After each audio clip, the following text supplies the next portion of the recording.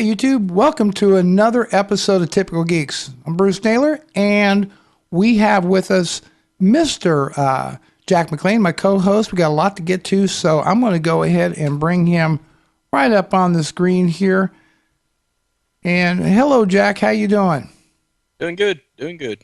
So we actually did a change of plan on our show notes because there was so much to cover with the big Apple event yesterday. And so I think we should just get right to it. Sounds good to me. So let's. I guess we can just start with the beginning. You know, I read a comment that said that Tim Cook was off stage 77% of the time. Somebody actually took the time to figure out how long he was on stage. That's somebody with way too much time. That was my thought altogether. Way too much time. Right. Anyhow, You know, this particular keynote, it did seem like there were a few more mistakes than usual in this one. I don't Really? know if it was. Yeah, I don't know if you picked up on that, but there was with what's his name, Craig Federighi, and with a couple of the other guys, they just it seemed like they were just a little off their normal game. I don't know if it was rushed or if it was just one of those things where. I think what they were trying to do. Let me pull this shot in. Okay. I think what they were trying to do is cram in too much in too short of a time. I think you're probably right. I mean, it was like bang, bang, bang, bang, bang. We're doing all this stuff all at once. And I mean, it was just crazy as much stuff as they were throwing at us, really, really quickly. But that's what the people want. That's what the people asked for. They wanted a bunch of updates and a bunch of stuff thrown out there. The only thing that, let's talk about what they didn't talk about first. We didn't talk about a 4K cinema display. There was no mention of that, which is, I think, kind of surprising because a lot of people's waiting. They thought, when the new Mac Pro would be released, there would be a new cinema display to go with that. Because one of the main selling points of the new Mac Pro is its ability to work with 4K. Right. We didn't talk about the iPod at all. Mm-hmm. No mention of that whatsoever. There was no talk about the Mac Mini as well. And I think it was kind of interesting that, we didn't talk about any of those three things. Of course, there was no updates to Apple TV as well. There was a software update, but I'm actually talking new hardware. Nothing to talk about there as well. Right. I think there's a reason, a couple of reasons behind that. I'm not sure what the deal was with the. I also figured there would be a 4K display. I'm not sure why they didn't go ahead and introduce a 4K. I'm sure they have one. I'm kind of surprised they didn't introduce it. As far as the other stuff goes, I mean, wasn't there a quiet refresh to the iPod lineup just a little while back? Kind of a behind, just you go to their website and there's kind of a little quiet. I know there was one of the iMac. I wasn't aware that there was a quiet refresh of the iPod. I don't know. I think there might have been, and I figure that's probably what they're going to do with the Mac Mini. I seriously doubt they're going to have a Mac Mini event. They're just going to. That doesn't really warrant, in my opinion, that doesn't really warrant, having its own thing. It looks like, okay, so if we go, I'll just pull up the website here, and boom. I'm betting probably first quarter of next year you'll just visit the Apple website and they'll have a refresh to the Mac Mini. I don't see. I'm looking at the iPod Touch right here, and we'll bring that up right here. Other than being in different colors, they have the Retina display, all that. I don't really recall. It must have been a very quiet refresh. Mm-hmm. It must have been a very quiet refresh. Well, I could be wrong. I thought I'd heard something about there being a kind of a quiet update to it, but I think for the most part, the stuff people wanted to hear about this particular announcement, they pretty much heard about. The main thing was the iPads, and I think that was what was on everybody's mind, what they're going to do with the iPads. I better just go to the store here because this thing's going to keep refreshing on me and moving it around. Let's go shop Mac. There we go. There's the new Mac Pro. That was really where we got. Well, actually, no. Let me just go ahead and get it. There we go. The first thing we talked about is the fact that Apple sold 9 million iPhones just right after the launch. Well, and did you also hear that? Have you heard that what the 5C is doing in relation to the 5S? The 5S is actually outselling the 5C 3-1. I told you this. I told you this is Yeah, exactly what was going to happen. Oh that, yeah, I knew it. I knew it. but I got into a discussion with a buddy of mine. He goes, no. The 5S or the 5C is going to do really well. And I said, no, I think that people are going to look at it and say, this is the poor man's iPhone. I'll spend the extra $100 and I'll get the, oops, I just hit my mic boom. Yeah, most people are going to say, for $100 more, I'm going to get the regular the 5S, and I'm not going to get I don't want people to know I got the cheap iPhone. Oh, exactly. And even though it's really not cheap, Well, right. But anyone who really keeps up with it knows that the iPhone 5C, all it is the previous generation iPhone with a candy shell on it. That's it. That's all exactly. it is. I already own a 5C, only it's not in any kind of a fruity color. I can put a case on it. I can put a candy case on it, and it'll be a 5C. So, I mean, there's no reason for it. And the thing is, it will pick up and it will do better later, but just not right now, because the early adopters are the people who want the good phone. That's how it is. Right. So that was the first thing that they talked about. Let's go ahead and bring out the next thing that they talked Mavericks. about. Well, right. You're right. It was Mavericks. I was going to talk about the MacBook Pro, but so Mavericks, and the big shock there is that it was free, an absolutely free upgrade. Right. And this is a firing shot directly to Microsoft. And Microsoft is not going to change regardless. They're a software company. They don't, even though, they've got Surface and they have a few other things, Xbox One, a few other items. Bottom line is they're a software company, and that's their bread and butter. They can't afford to give Windows away. Right. Well, they're just not going to. They should give Windows, what do they call it? Windows 8.1 RT, they should give that away. Right. I think they're missing the boat. They should just give that sucker away. They're so hopeful. By the way, and we're going to just mention that, Windows 8.1 was released on the 17th of October.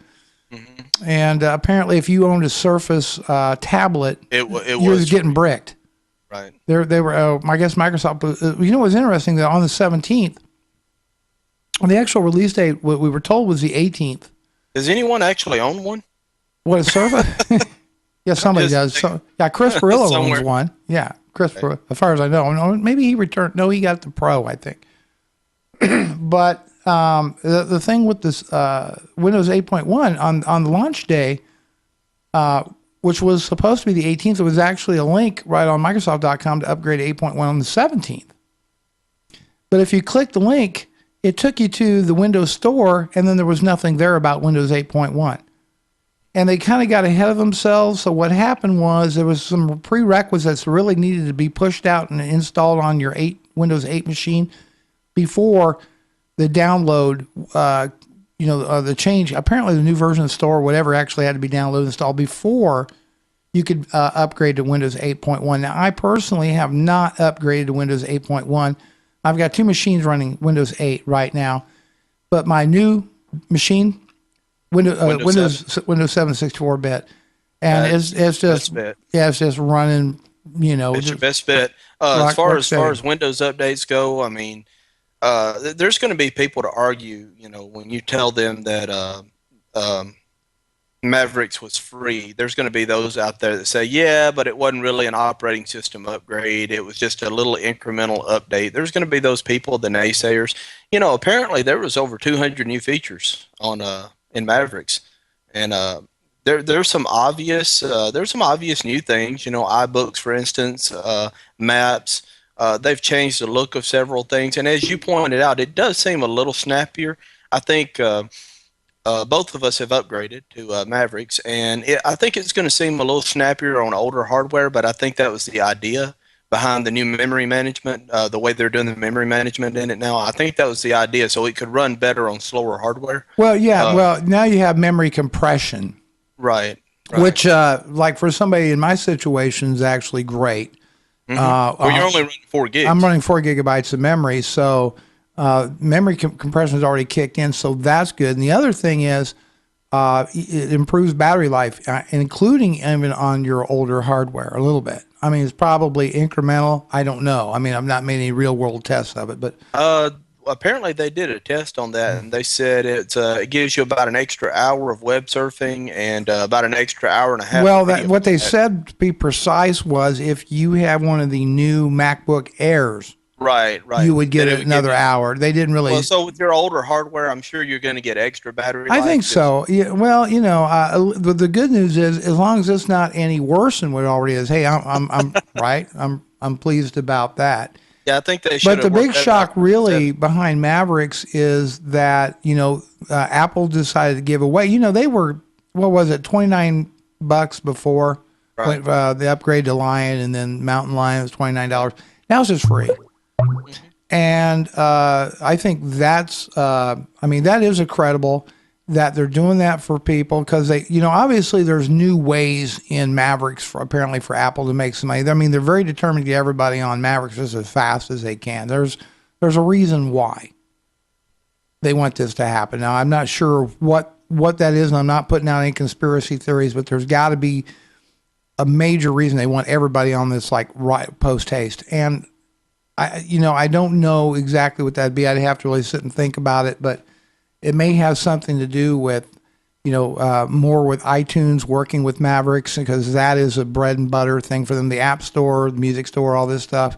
So there's got to be some way that's going to help monetize things better. That's why they take away any reason not to upgrade. Right. And get you into this puppy. All I know is that, and I tell you what, I thought the servers would be swamped yesterday, and it would take forever to get. It's like a 5.5 gig download, and it went right buttery smooth for me. I mean, It did for me too. It took me, of course, I have a really slow connection. It took me about Right. an hour to download, but yeah, I mean, it went really smooth for me. The entire upgrade process was just as smooth as butter, no hiccups. As far as them pressuring or, really trying to get the update out there, they said that 7.5% of people that own Macs had already updated to Mavericks Yeah, yeah. in one day. in one day. So that right there is, to me, that's incredible. That's an incredible number right there. That just goes to show when you make an update free like that, just how many people will update that quickly. Well, then I think then they went from Mavericks. Then we went to the MacBook Pros, I think. Mm-hmm. Okay, Yep. so I'm gonna go ahead and we'll just, We got us a little bit of a spec update. we got us a little bit of a spec update. Of course, they were updated to the 4th generation Core Haswell processor, so that means better battery life. The other major thing was, you notice there was like a $200 price cut. I did notice that. Okay, even though these are still, bottom line is these are not cheap laptops. Period. No, they're a premium product. But you can get into the 13-inch MacBook Pro for what, $1199. But here's the thing: why would you do that when you can get the one with the 13-inch with Retina display for $100 more? Doesn't make any sense.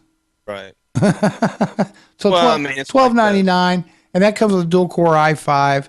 It's got hyper-threading, so it looked like you have 4 cores, 4 logical cores. There's a theory behind that. You just asked a question: why would you do that when for $100 more you can get into the? Oh, I the know Retina why. display? Oh, yeah, I know exactly You know why. I know, yeah, sure, because they're going to go, wouldn't you just for $100 more get Well, all this other stuff? And it's interesting. You got to have this. You got to have this low ball item to talk people into the higher price one, I guess. Well, yeah, and to put it bluntly, you have to keep the turd on the shelf to make everything else look good. yeah, around it. exactly. That's They probably exactly only what carry. they're They're going to carry a handful of these puppies, Right, and they're doing the same thing with the iPad. You notice they're keeping the iPad 2 around. right? Yeah, The iPad 2, really? yeah. Keeping the. Who's going to want that?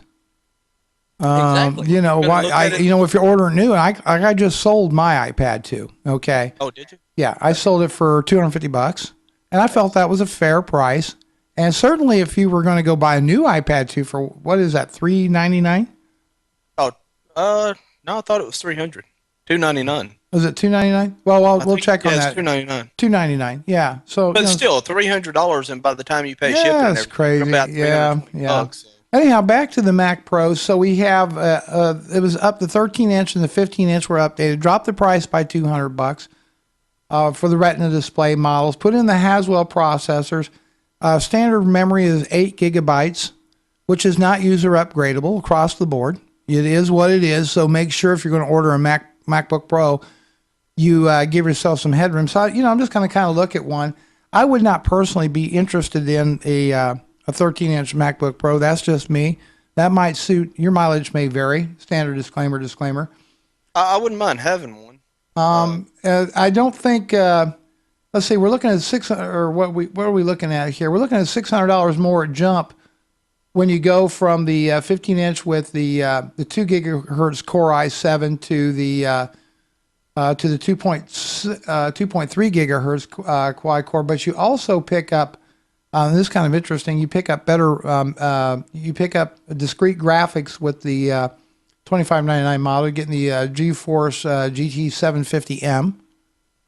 So you're getting that.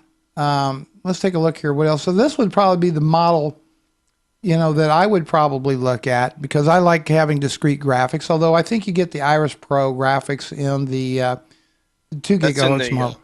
Yeah. So have you noticed that the storage? Did I overlook that before? That the storage is now the PCI yes. based. Yes. Okay. Yeah. So and with the flash memory, this is what's with the flash memory, your read and write speeds are insanely fast on those. It's incredible. What'd they say? 1.2 gigabytes. 1.2 gigabits read and 1.0 write. Yep. I thought I heard those specs mentioned with the Mac Pro when they were referring to that. I'm assuming it's going to be really, really high on the new MacBooks. That's insanely fast. So I'm looking right now at the configurator with a 15-inch MacBook Pro with Retina display, with the 2.3 gigahertz quad-core i7. You do not probably want to add the 1 terabyte PCIe flash storage. Sure we do. Sure we do. That would bump $500 to the price. Okay, we can come with 512 gigs, and that's if you keep a lot of stuff in the cloud. Right. Or if you have a backup drive. You got a backup drive. 512 is going to be more than enough for your operating system and applications. And then you can always... Right. I think it'd be more than enough for most people. Yeah. Even if you're going to run dual boot with Windows, I think it's still be more than enough for most people. Just get yourself a cheapo USB 3.0 external drive for, storage. Because I would imagine a lot of people, the kind of person that's going to buy this particular laptop, I'm sure they're going to be using it a lot as a desktop replacement. Mm-hmm. And so they probably would keep an external drive around to keep, some of this stuff on. But if I wanted to configure a 1 terabyte flash, PCIe flash drive, that takes up to $3,100. Nobody bothers with the super drives anymore. Obviously, I wouldn't order a Thunderbolt display with it at this time. What else? Memory. Interesting. I do not see an option on here to upgrade the memory. I was just about to say that. Not there, guys. I mean, you're getting this thing with 8 gigs of RAM, and that is that. Why would they do wait a that? Minute, Bruce. The highest end model here, is that the one you're looking at, the 15-inch? Yeah. No, it's coming with 16. Oh, it's coming with 16. Yeah, look over to the right-hand side, and if you'll look down. My bad. You're right. You're okay. It's coming with 16 automatic. It is coming with. Okay, I was thinking it was 8. Okay, so it's already got 16 gigs of memory. Okay, cool. All right, take back what I said, and that just leaves AppleCare for $350, and I am at a grand total. $3,648. I've got $3,448. How did I get $3,648? Oh, I know why. I'm going to do it right now. There you go. You went with the 2.6 gig quad core. I still had a 2.3. Okay. There you go. $3,648 on the nose. There you go. So, by the time you pay shipping, taxes, everything on it, you're looking at a $4,000. You're looking at a $4,000 MacBook Pro. That is a ton of money. That is a ton of money. That's actually $1,000 more than the new Mac Pro base price. Yeah. That's insane. That's a lot of money. That's a lot of money. But so we have that. You think that? I mean, I think configuration wise, though, you're probably. I think most people is going to stick with the 2.3, and they're probably going to stick with the 512. And anything else? And you're still looking at a $3,000. Yeah, you're still at $3,000. You're still at $3,000. And honestly, if somebody's going to spend $3,000 on it, what's another grand? You know, That's a so lot of money. it's a lot of I money. tell you what, it's a lot of money. Okay, anything else we want to cover on the MacBook Pros? I think that about We covers pretty it on the much MacBook covered it Pro. up there. Then there was the. Did they go to the updates to the software at that point?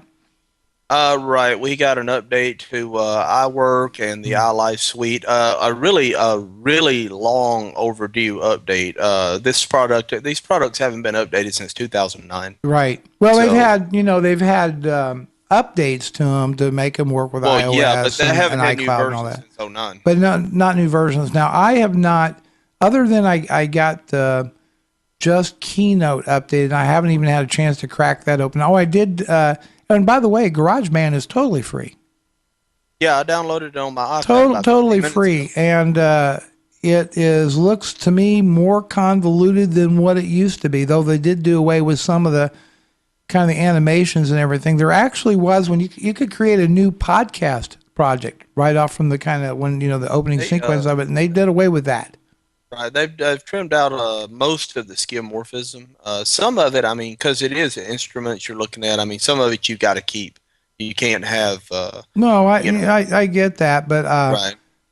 originally when I first started creating my podcast, what I did GarageBand. that in, yeah, what I did it in was in GarageBand. I mean, that's Hmm. why I cut my teeth on that. And buddy, I tell you what, once I discovered that Audacity could do things better and more logically and more options for podcasters, I got rid of. I just simply quit using. Well, why use a 1.2 gigabyte program to do what you can do with a 30 megabyte program? Yeah, I So, mean, it was just a lot yeah, faster and better at right. doing things. I basically, what I use today is I use a combination of Audio Director, which is something like Adobe Audition, not as powerful, but kind of in between Audacity and Audition. I use that in a combination of that with Levelator, and I get great sounding podcasts with that, and I'm happy. I like to get in and get back out of it on that. So, but GarageBand, they're giving that away for free now, which is kind of cool. They're giving Every away, if you buy a new Mac or iOS device, you get iLife and iWork, both, right? Free? Right. Well, actually, if you already own a copy, if you already own the 2009 edition of any of this software, it's a free upgrade. Yeah. So, I mean, they're giving that away. Now, this is another shot. See, this is another thing that's, I think, not going to make Shot at Microsoft Microsoft. too happy. Right. Okay, Yeah, because I don't see them giving away Microsoft Office like that. no, and as a matter of fact, I keep my kind of ears peeled. What's happening with Office for Mac, and not much, not hearing a lot. And the last version was released in the fall of 2010, I believe, is when it was released in fall of 2010. Office 2011, and Which so still works fine, by the way. well, There's yeah. So nothing wrong with it. so when we get to this. Office 2011 for Mac is so much better than the latest version for Windows. It's ridiculous. It is so much better than the version for Windows. The latest version of Office for Windows is horrible.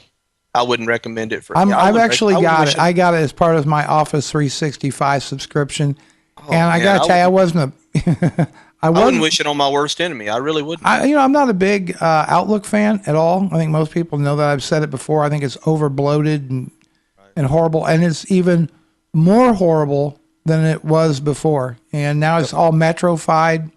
Metrofied, I like that. Yeah, it's metrofied, and it just sucks. Does. That's And all you can say about it, really. It just sucks. but they don't give you the option with your Office 365 subscription to get Office 2010. You got to download and install 2013, and that's I just the think way it is. I'll have to agree with you that I think both of these, as far as them giving away Mavericks and them allowing people to upgrade to the latest versions of iWork and iLife for free, it's definitely a shot at Microsoft. And like you said, Microsoft is a software company. They can't really afford to give anything away as far as that's concerned. Well, they could, but they're not going to. They don't need Uh, to.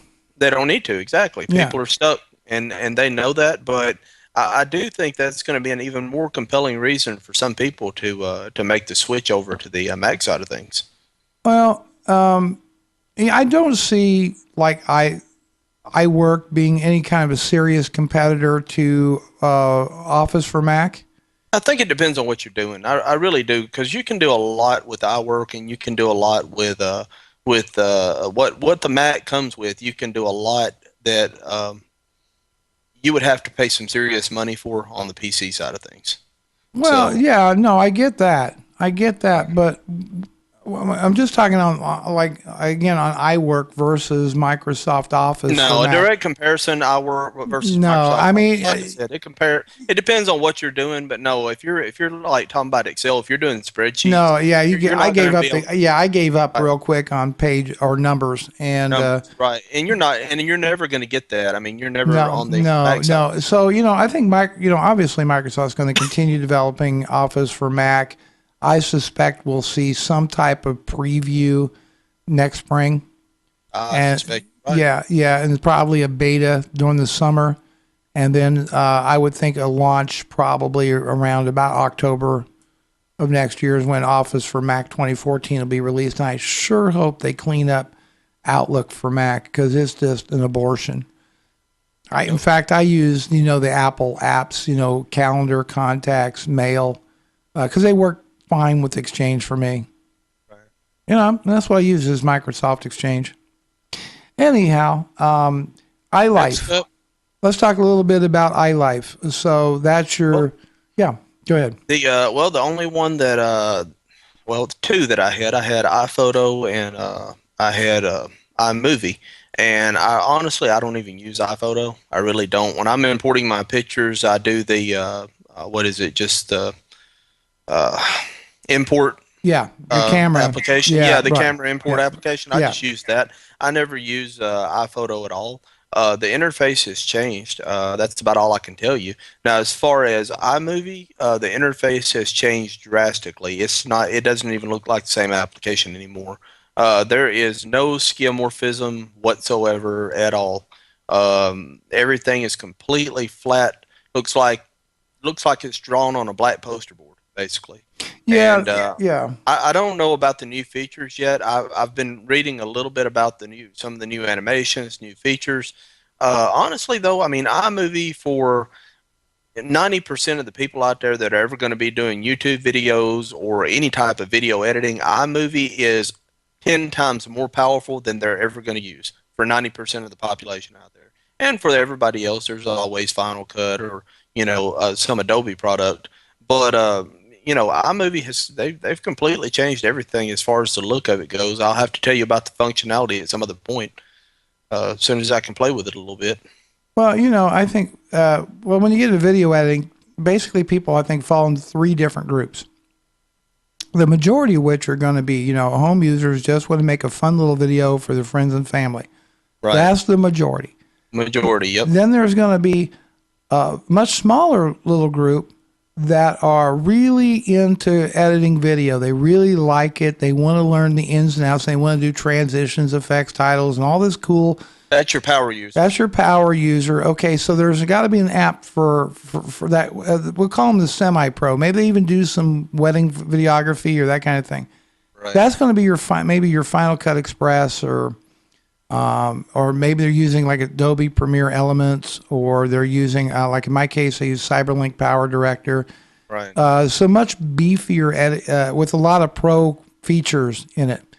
And then finally you get the pro level, and there's some that are using Final Cut Pro. Okay. There's others using Adobe Premiere, and there's Sony, I think their Vegas product, and there's some other stuff. Right. Avid, I think, just to name a few. So they're using the high-end, what's called NLEs, nonlinear editors. And so that's what they're using. iMovie is strictly aimed at the folks that want that quick and dirty little movie and make it, does a lot of hand-holding and all that. I mean, there used to be some semi-pros using iMovie back in the day.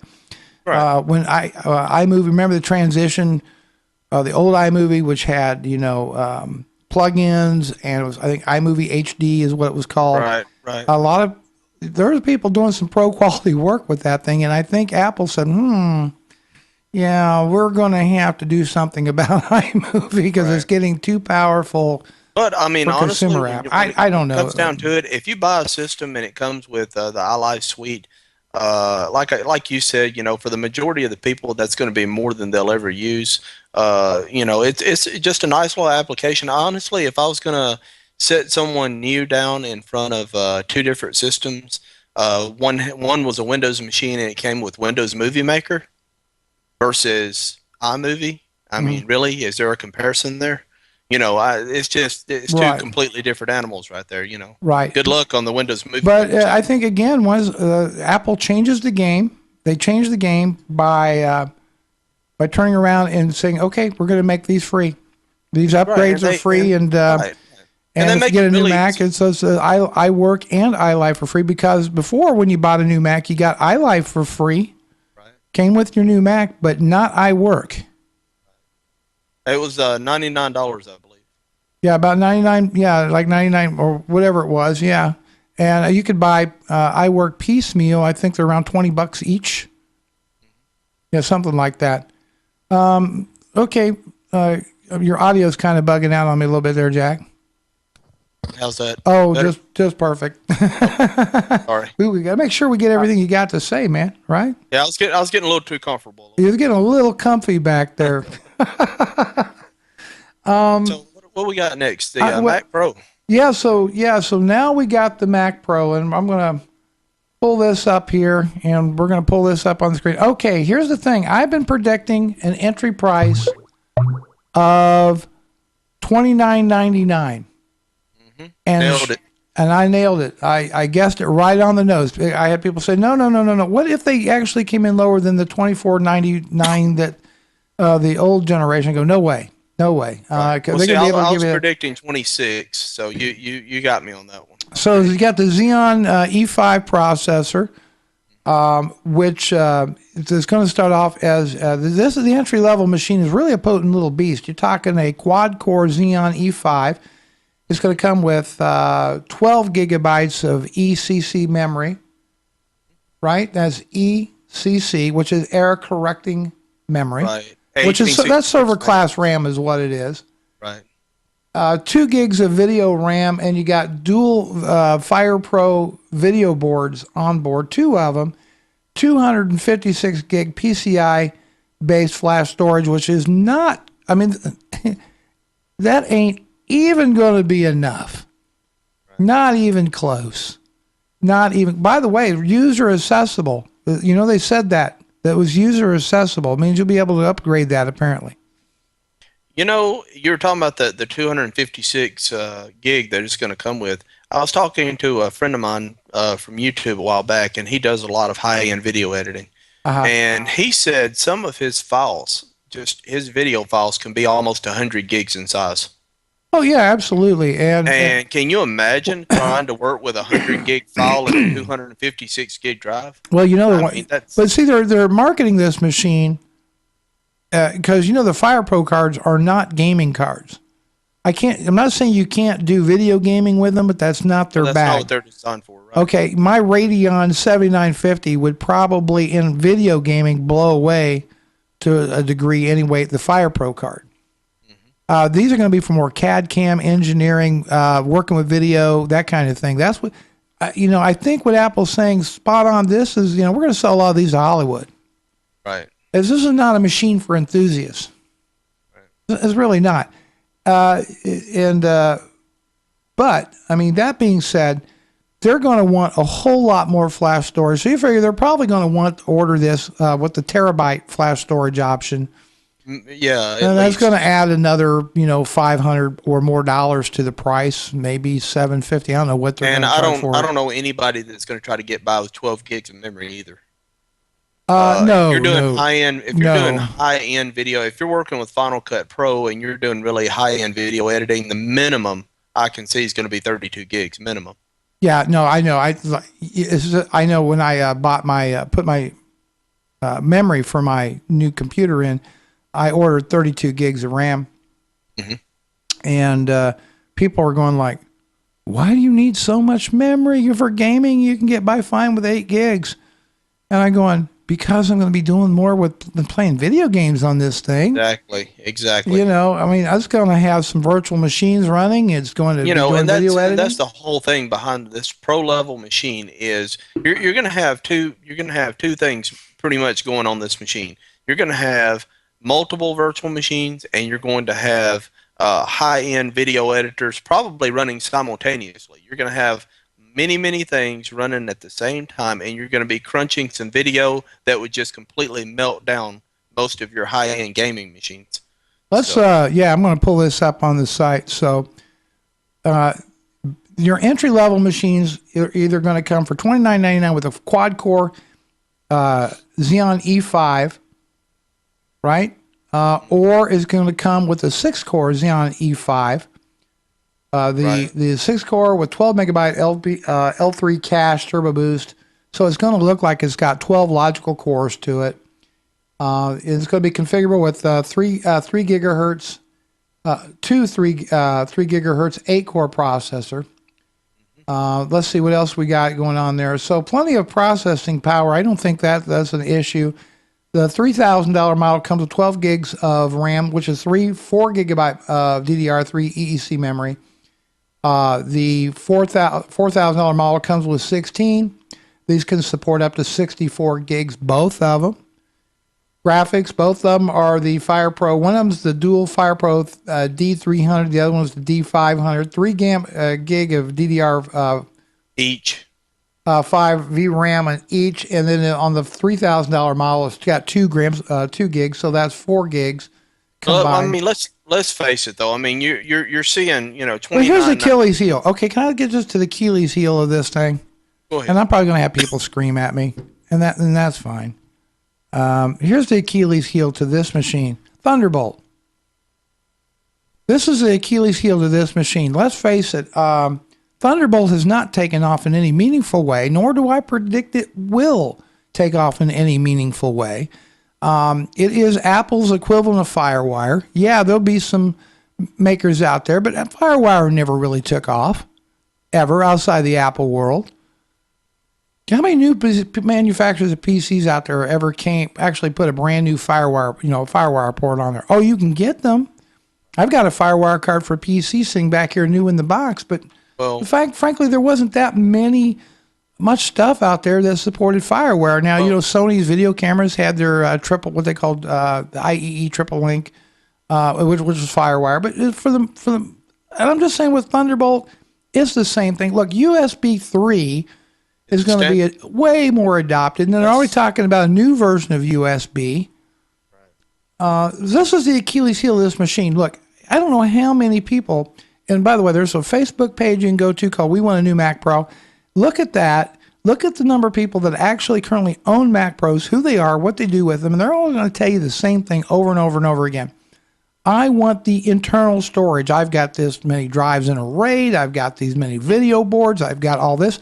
I don't want to be buying, putting out $4,000 for a computer up front, and then turn around buying thousands of dollars for hard drives and RAID. And that's right, and that's exactly what I was going to say. I think the two main problems with this, one, you can say it's $3,000 and $4,000. It's not. That's just the entry fee. It's not. No professional is going to get that $3,000 machine. No professional is going to do that. Minimum, you're going to be looking minimum at probably around $5,000 just to get into this thing and get into it the way you need to. You're going to be looking at $5,000. Let's be honest. More. And we're not talking. And now we haven't even talked about storage. Now, if you're talking about Thunderbolt drives, you're looking at easily another $2,000 to $3,000. If somebody's trying to match the current storage they have in their previous generation Mac Pro, some of these guys are running 3 terabyte Western Digital Reds. If you're looking at that kind of storage and you're looking at having to go Thunderbolt and external, you're looking at what, $4,000 just in storage right there? Close to it? Yeah, probably. That's ridiculous. So you're going to be out almost as much money in external Thunderbolt storage as you are in the machine itself. So I know that Apple is, they're no dummies. And I understand they've probably carefully analyzed the market, and they know probably as a science how many of these things are going to sell. But here's the thing. A lot of people that would have bought Mac Pro, and I'm going to say prosumers, right, that would have said, I got the money, I got the cash, I'm going to go ahead and get a Mac Pro. They're going to say no to this, and the iMac becomes the best option right now that Apple has to take that role. Right. Unfortunately, that's just what it is. I got some. I'll tell you what. I got some kickback on this new computer I bought. Mm-hmm. They're going because a lot of people think I'm an Apple fanboy. Uh-oh. Yeah, that's fine. And I say no. I'm a computer fanboy. I love hardware. I never get accused of that. I know, right? I say I love hardware. PCs, I love them. I love Macs. I love good hardware. I like good quality stuff. If you look at that build we did in my machine, it's all quality stuff. I didn't cheap out on anything.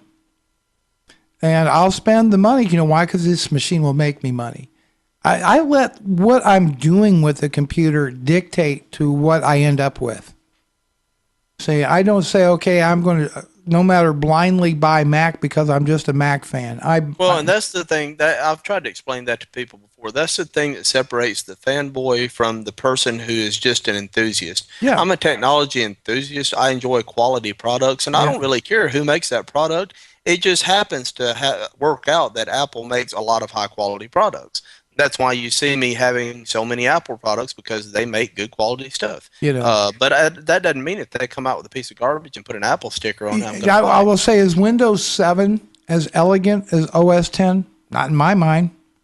It's not. No. I feel when I get on OS 10, I feel at home. I just feel comfortable. It's inviting. And am I going to knock Windows 7? No, it's rock solid and it runs the apps I want to do, and I make money with it. Who the hell could ask for more? Exactly, and I'll criticize where criticism. And I still suck at Battlefield. There you go. I'm not going to get any better. I will level criticism where it's due, and I'll based on the stability and usability and looks. If you're trying to compare, say, OS 10 to Windows 7. Yeah, Windows 7 is never going to win a competition in UI. Okay, they're just not. But if you're talking about stability and being rock solid, I'll put Windows 7 against OS 10 any day, as far as just being rock solid and stable. Now, if you're talking about being prone to infection and getting viruses and malware, you'd be an idiot to say that that OS 10 is in any way vulnerable to these things versus Windows 7. So you have to understand the strengths and weaknesses of both and what you can do with each one. And it's not a popularity contest. No, it's not. It's a matter of what works. It's a matter of what works for you for a given task. Okay. And you pick that item, Yep. Let's get back to the Mac Pro.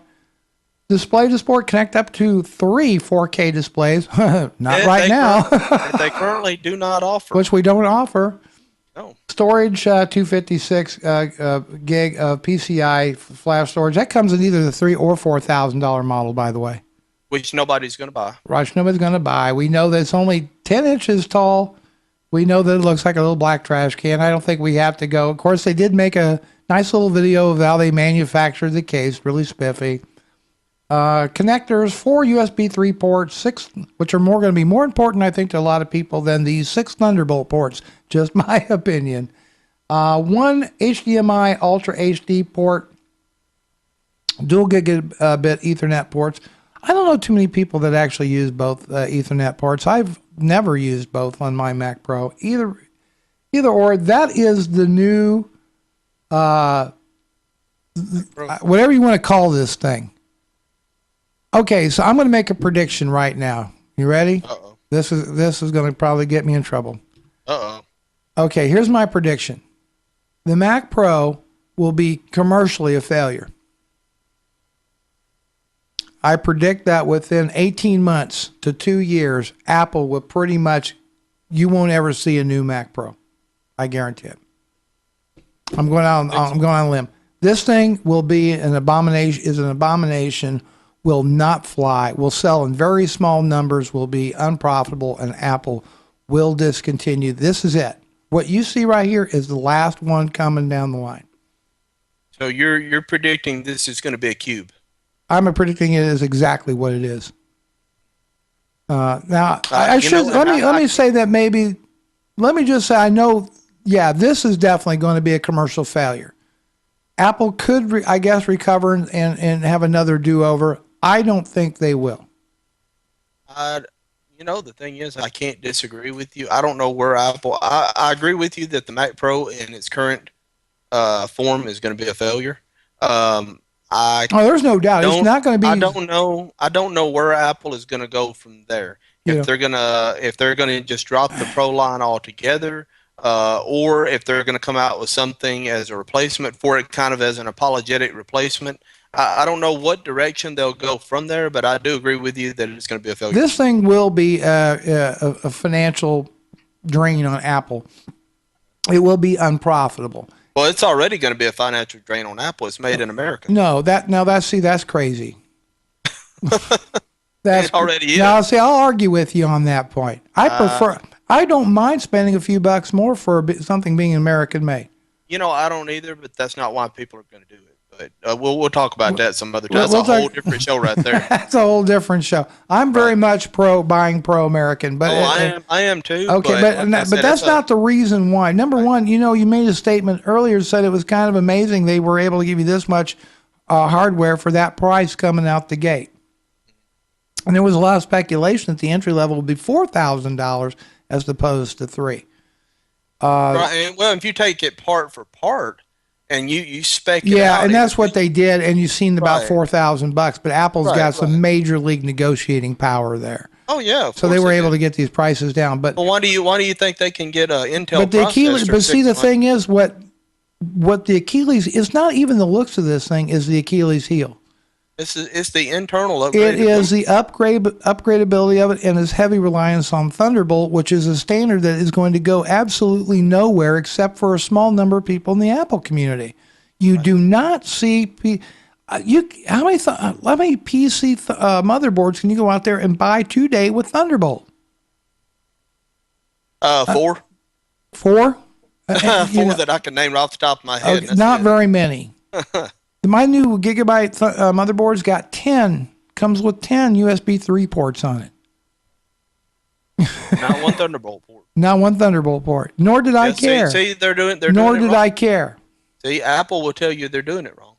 I know what Apple would tell me. I think, but you know what? They think that, I don't know whether this is an engineering exercise or what it is. I'm sure they're going to sell some of these, no doubt about it, but it's not going to be any kind of success. Right. And the thing is, I won't argue. Price aside. Point. Now, I will say this, okay? Let's bring it down to cases here. I will say this: Thunderbolt's better. Period. Thunderbolt's better than USB. Well, the current it might be better, right? It is, and in every regard. But that's the difference between a hamburger you get at a $6 hamburger you get at a bar and one you get at McDonald's. Right, and let's just face it. I mean, Thunderbolt is so much faster than, especially Thunderbolt 2, so much faster than USB 3. It's ridiculous. Thunderbolt, I mean, USB 5 won't even be half to where but it'll be good enough, Jack. It's going to be good. It was going to be good enough. But it's not exactly. It's going to be good enough for most people, and it's going to be. There's not even that many peripherals out there right now for USB 3. And that's my whole point. It's a matter of what's good enough for most people becomes the standard. That's just how things work. Right. And Apple has a problem. They always have had a problem with that line of thinking, because their products are not typically designed for the average.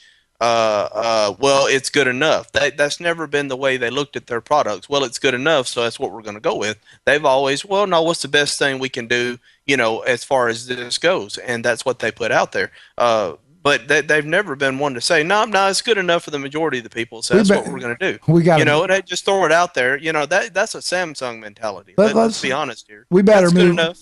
We better move on. Yeah, you're right, and I can't disagree with you as far as the Mac Pro being a failure. I think you're right. It's just Apple's new Cube. Yep. It's an engineering exercise that will. Well, they rounded the Cube off a little bit. Did they?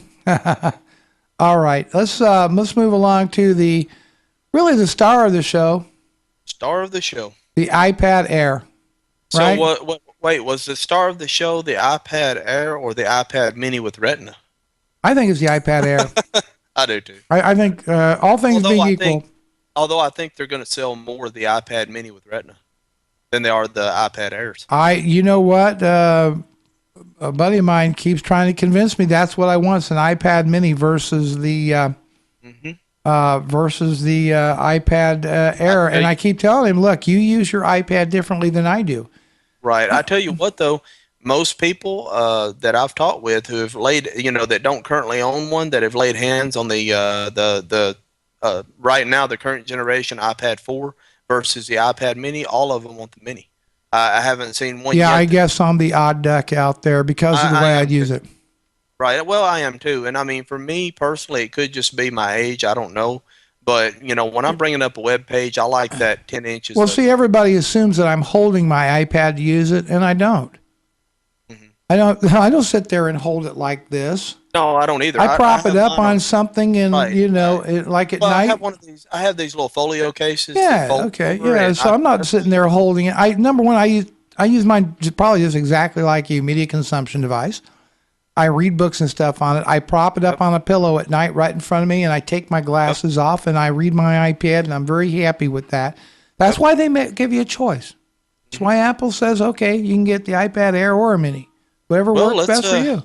let's look at what they've done with this with the iPad Air, shall we? Okay. First off, I absolutely hate the name, but I understand why they're doing it. The name almost when they first said it was going to be called the iPad Air, I thought it was a parody. I really did. I'm like, no, they have to be joking. Like when they said the last version of when they introduced Mavericks, they said they were going to call it Sea Lion or whatever. I mean, I thought they were joking when they said they were going to call it the iPad Air. And but then the more I got to thinking about it, and I've heard a lot of people in podcasts say this also, they're saying that kind of opens the door for a iPad Pro line. So if you Mhm. have the Air line, you're going to have a Pro line. I don't know how much truth there is to that. I They've had don't some I crazy don't rumors, suspect. but I think that's just but an unfounded rumor. right. But I do like the new design. I honestly, if you'd have handed me an iPad fourth gen and said we're going to shave a half a pound of weight off this, I would have said you're crazy. There's no way you can do it without making it out of plastic. But I was right, by the way. The price of the iPad 2 will be $399 for the 16 gig Wi-Fi oh, model. really? Really? Right there it is. I'm Three bringing it ninety right up nine. on screen. It's not $299. Oh man. No, no, no, no, no, no. The original iPad Mini with 16 gig will be $299. That is crazy. Okay, That is absolutely that's the crazy. original iPad Mini. The iPad 2 is $399. So, in other words, the only reason they did this, like we speculated at the beginning of the show, is so they can put the turd on the shelf with everything else Yeah, and sell. for Nobody's going to do it. for $100 more, you can get an iPad Air. If you're Well, looking at a full size iPad, there you go. nobody nobody's going to do that. Who's gonna go to the Apple store and look at an I iPad no Air no and, one. and and then look at an iPad second gen when you look at the screen, it looks like you're looking through a screen door. Right. Who's going to do that? Nobody's going to do I that. And know. that's but Anyhow, so here we go. The iPad Air, 16 gig is $499. The 32 is $599. I'll probably get the 32 gig.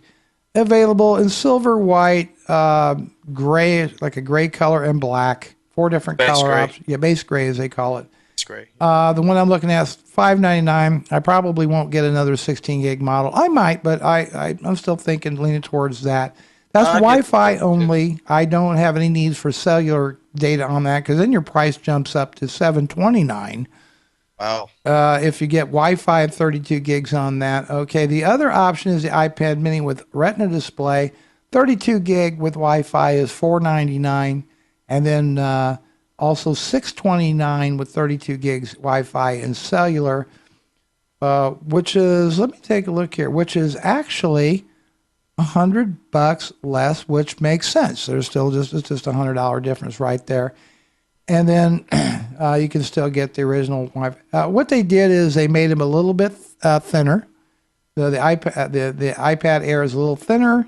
about 0.4 ounces or 0.40 pounds lighter. So, a few ounces lighter on that. And the bezel is, what did they say was the figure? 43% reduced sized on the bezel, and you're still getting the same battery life that you had before. Yep. Okay. Other than that, is the camera? Is the camera still the same, or did they upgrade? They didn't upgrade the camera. Oh, and you also are getting the new A7 processor and the A7 or the what is that other chip? M7. The M7, right. Now, they did not mention getting the M7 in the iPad mini, by the way, with Retina display. Right. There was no mention of you getting that in the iPad mini. You get that. Well, that's a little more motivation to get the. That would be a little bit more motivating. And, I can see where those are going to come in handy as a kind of for video gaming. Mm-hmm. That's one application I see for the motion coprocessor on board. Right. So I don't know if people caught that or not, but there was no mention of the M7 chip in the iPad mini with Retina display. I didn't catch that. Yeah, not there. No mention of that. Wait a second. Let me.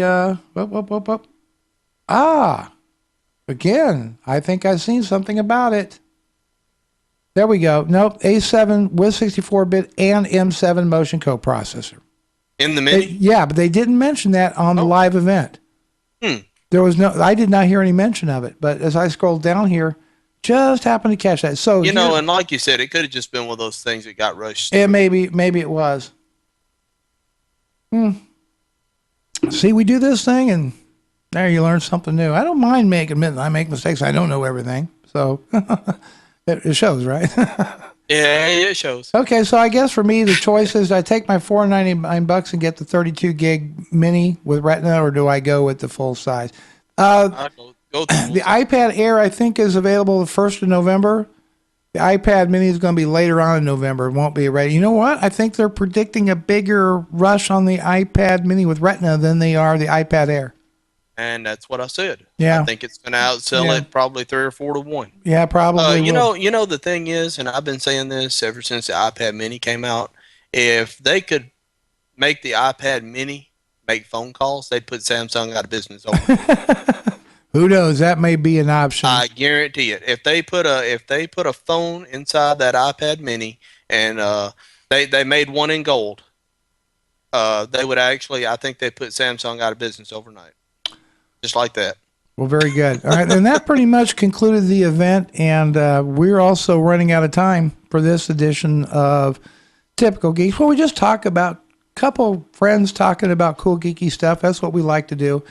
And if you've got any suggestions, anything you'd like to hear us talk about, leave them in the comments, because me and Jack, we read the comments, and we always appreciate people liking and sharing the video. On that note, I think I'm going to end this thing. Jack, you have anything you want to add to this?